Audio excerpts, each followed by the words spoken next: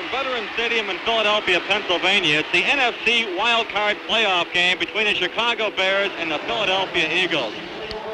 Wild indeed, as the Bears return to the playoffs for the second time in 3 seasons. The weapons they brought with them were intensity and confidence.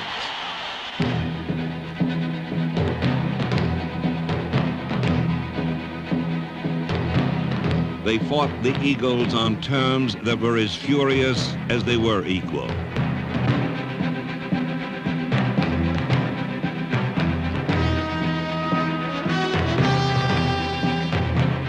The Bears had come through the 70s knowing they were a team on the rise, with their best football still ahead of them.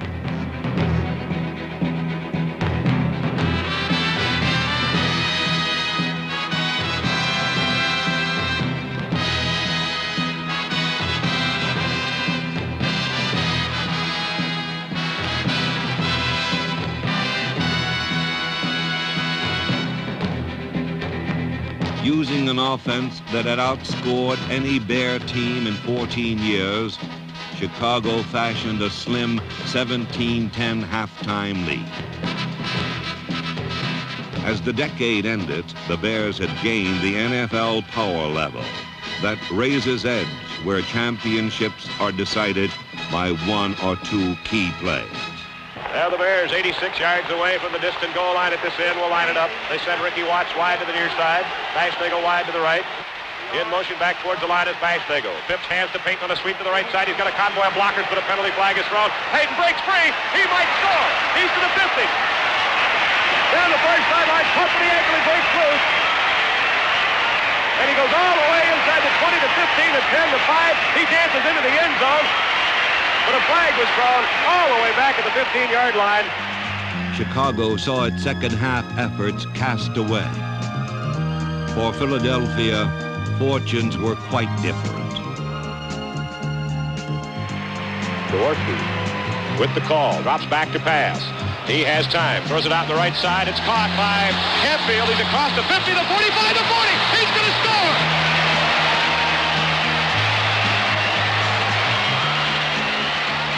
Indeed, the Eagles would emerge 27-17 victors that day, but the Bears would carry a new resolve from Philadelphia into 1980.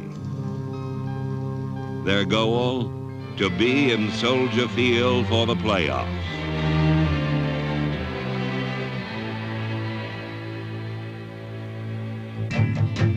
Neil Armstrong leads the Bears into the 80s. They will be a blend of experience, ambition, determination. Men of resourcefulness, men of skill.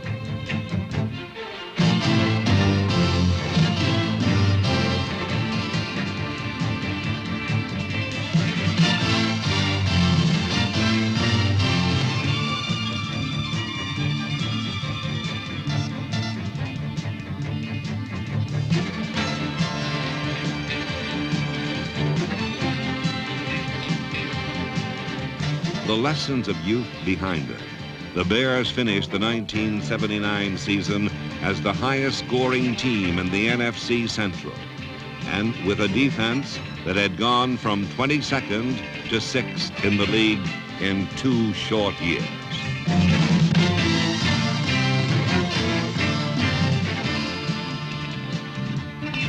They finished the 70s as a closely knit team, backed by a loyal legion.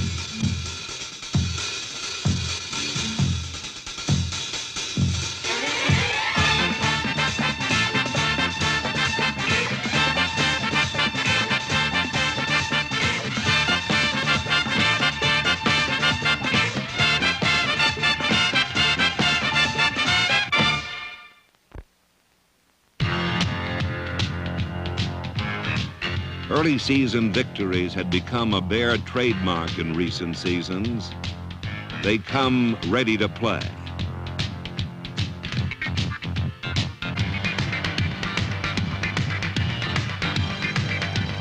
The Packers fell victim to Chicago defense on opening day.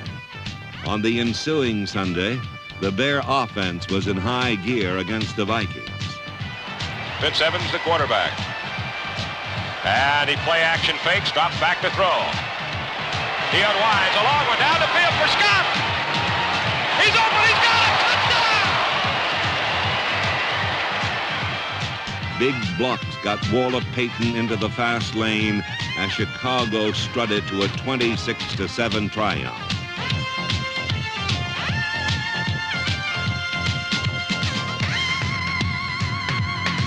In friendly Soldier Field, they had drawn first blood from two divisional foes. Confident and undefeated, the Bears sought victories on the road. Looking to Dallas, Chicago's elder statesman Alan Page analyzed the Bears' stiffest test. I think we have to play defensively. We have to play consistently. Just play the defense and do our job and not get rattled when things go bad. Because if we hang in there, our chances are just as good as theirs. I really feel like, the game is ours until they take it away from us. While veteran Page contemplated the Bears' chances, safety Doug Plank couldn't wait for the big game.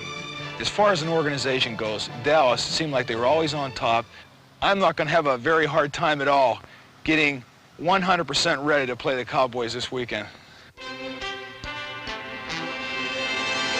The high-performance offense of the defending NFC champion Cowboys was left sputtering much of the afternoon as Bears barged in on Roger Staubach.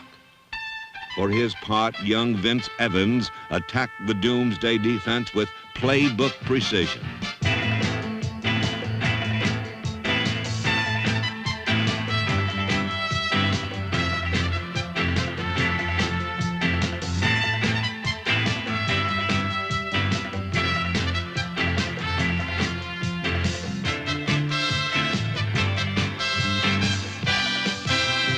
It was a game of big plays, with the Bears taking the lead 3 times.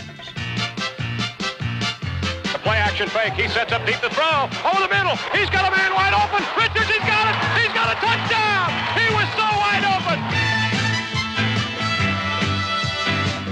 Yet another connection to James Scott gave the Bears a fourth-quarter lead. But with less than 2 minutes remaining, Staubach and receiver Tony Hill dealt Chicago a tough road defeat.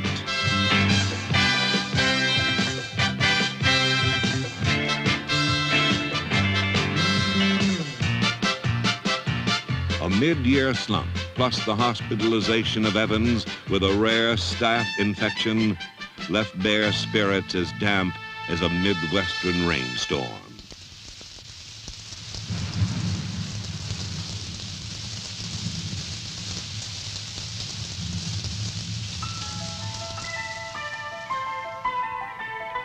Despite the conditions, the Bears came out throwing. A 54-yard Peyton to Brian Baschnagel surprise launched Chicago on a month-long touchdown spree.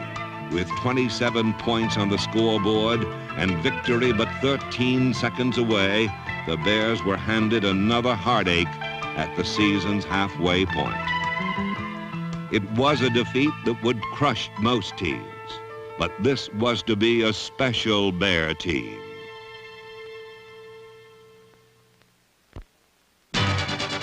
All but written off, the Bears had something to prove. Midway through the year, Chicago's quest for victory became a drive to the playoffs. The offensive line of center Dan Neal, tackles Ted Albrecht and Dennis Lick, and guards Reedy Sorey and Noah Jackson blazed a trail for perhaps the NFL's most gifted runner, number 34, Walter Payton.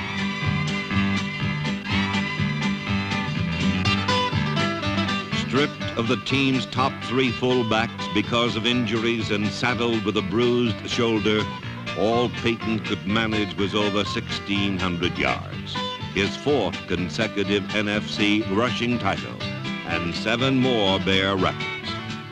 His 16 touchdowns led the entire NFC.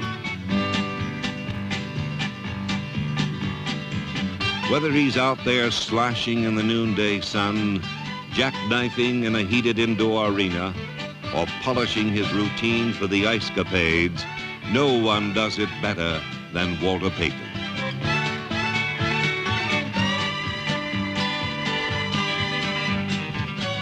Perhaps Payton's ability and his outstanding season can best be exemplified on a simple screen pass against Tampa Bay. After making the catch, Payton burned off the first 25 yards to the first wave of Buck defenders, then glided while waiting for blocking help before catapulting into the end zone. If you were young and already the NFL's 8th leading rusher, you would smile too. But unlike the movie title, the Bears are no longer a force of one. They are a team of depth. When Major League fullbacks Roland Harper, John Skabinski, and Robin Earl went down, number 22, Dave Williams, switched to fullback and performed remarkably well. In addition to being a running threat, Williams led the Bears with 5 touchdown catches. Speedy James Scott has proven his game-breaking skills over the last 3 years. But when Scott and Golden Richards were lost to injury, Chicago had depth at those positions too. One able reserve was Brian Baschnagel. Another who helped pave the way to the playoffs was number 80, Ricky Watts. 24 catches over a season is certainly not an eye-opening statistic, unless one considers all 24 were made in the final 6 weeks of the year. Many feel that Watts, the Tulsa speedster, has superstar potential. Depth is more than insurance against injury. Greg Letta has come up with big plays as a regular for 3 seasons. But now Letta alternates with number 87, Mike Cobb, a punishing blocker turned determined receiver.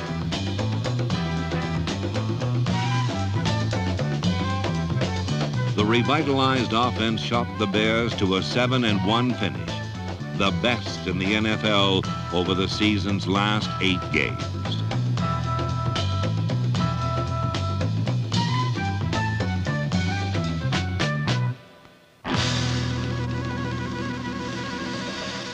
The Bears play defense well because they play it as a team. In 1979, they allowed the 3rd fewest points in the NFL and recorded 2 shutouts. Defensive ends Mike Hartenstein and rookie Dan Hampton, number 99, were vital contributors. Hampton was the first Chicago rookie starter in 5 years. The leader of the defense is 13-year veteran Alan Page. Page remains a premier defensive tackle, and his ex-teammates in Minnesota realized all too well why he was selected to the All-Star team of the decade. Page shared the club lead in sacks with tackle Jim Osborne, and the Bears possessed once more a fearsome defensive front. Over the past 3 seasons, Chicago has completely rebuilt its linebacking core, a time period that coincides with the rise of Bear victories. Tom Hicks in the middle and number 59, Gary Campbell, are big play types.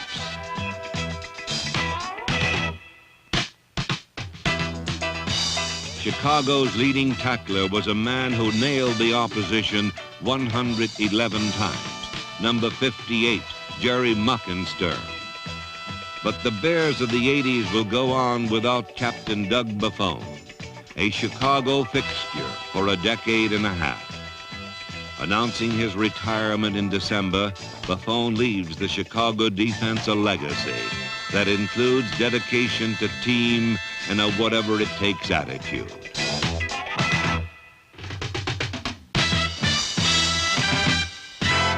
Buffone's absence in the 80s will be eased somewhat because the Bears have a secondary that led the NFC in interceptions with 29.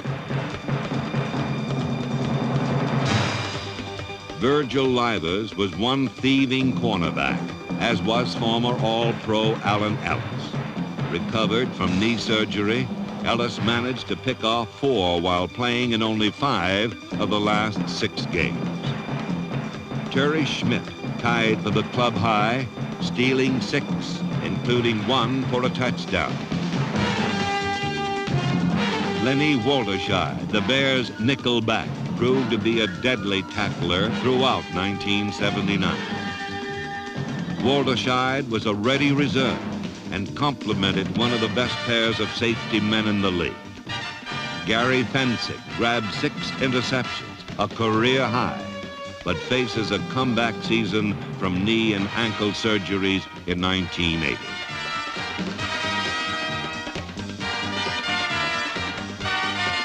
Doug Plank, like the others, a renowned hitter, intercepted 3 to round out a solid Bear defense. A consistent 84-point performance by Bob Thomas would aid the Bears along the playoff road, as would Bob Parsons, who led the NFL in placing kicks inside the 20.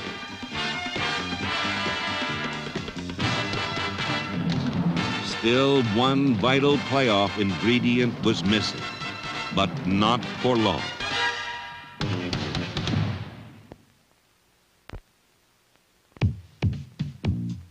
A pro for 9 years, Michael Elston Phipps took control of Chicago's destiny in dramatic fashion. In Week 9, the Bears trailed the 49ers by 6 late in the final quarter. Fans listening at home wondered if Phipps could save the day.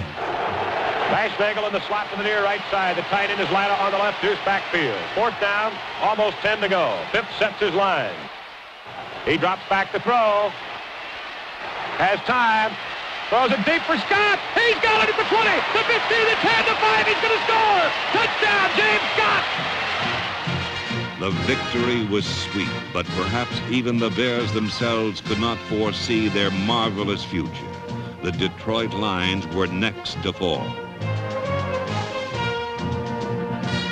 Special teams ace Steve Schubert raced 77 yards, and the Bears were 35-7 winners. After spotting the ultimate NFC champion Rams, a 16-point lead, again Phipps brought victory. Phipps to throw on 1st down. Looking deep for Watts, one-on-one. Cromwell falls down. Watts makes the catch. He's going to score. Cromwell got his feet crossed up. He fell down. Watts waited for the ball.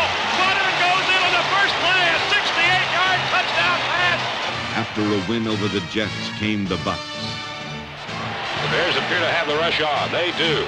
Blowing up the middle and blocking the ball. His turn is picked off in the air by Lee Kuntz. He's to the 5. He's down to the 2-yard line. 1st and goal, Bears. Chicago's defense was awesome, shutting out Tampa in its own backyard. Green Bay fell in Week 15. Play action fake Dickey. Lobs it high in the air. And it's intercepted by Hicks. He may score a touchdown. He's got a convoy.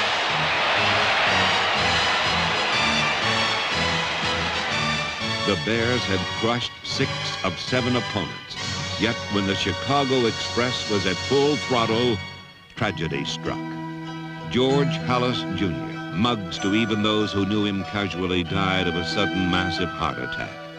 President of the team for 17 years, Muggs would have surely loved December 16, 1979. Despite the shocking loss, a swirling 30-mile-an-hour wind, and a freezing snow-covered turf, the Bears would perform like superheroes.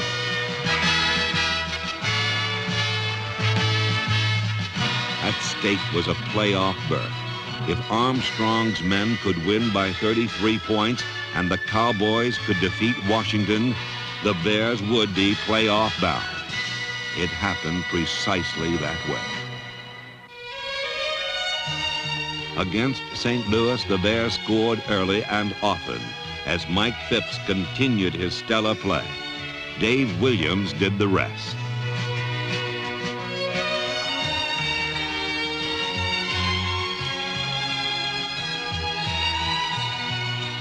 Williams cruised in from 10 yards out, and the Bear offensive line cleared wide thoroughfares for a pair of Peyton touchdown struts.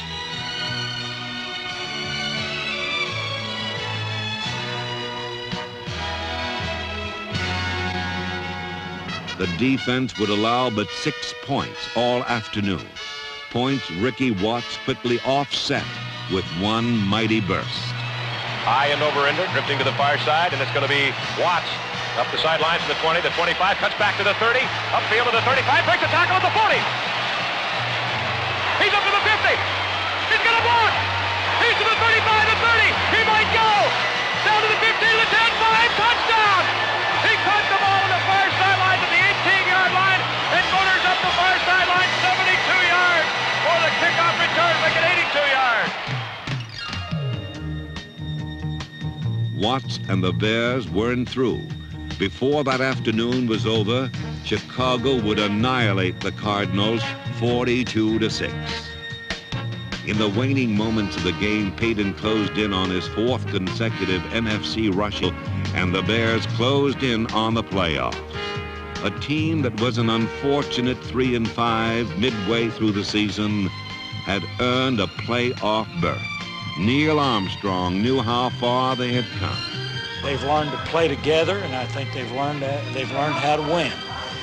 Earlier in the year, you know, we were still learning, but I mean, they were willing, and I think that that's really a tribute to all the people in this organization. The fact that despite a lot of injuries, our guys never did give up. Into the 80s venture the Chicago Bears. By virtue of their grand finish in 1979, it is no wonder Bear fans greet the coming decade with enthusiasm.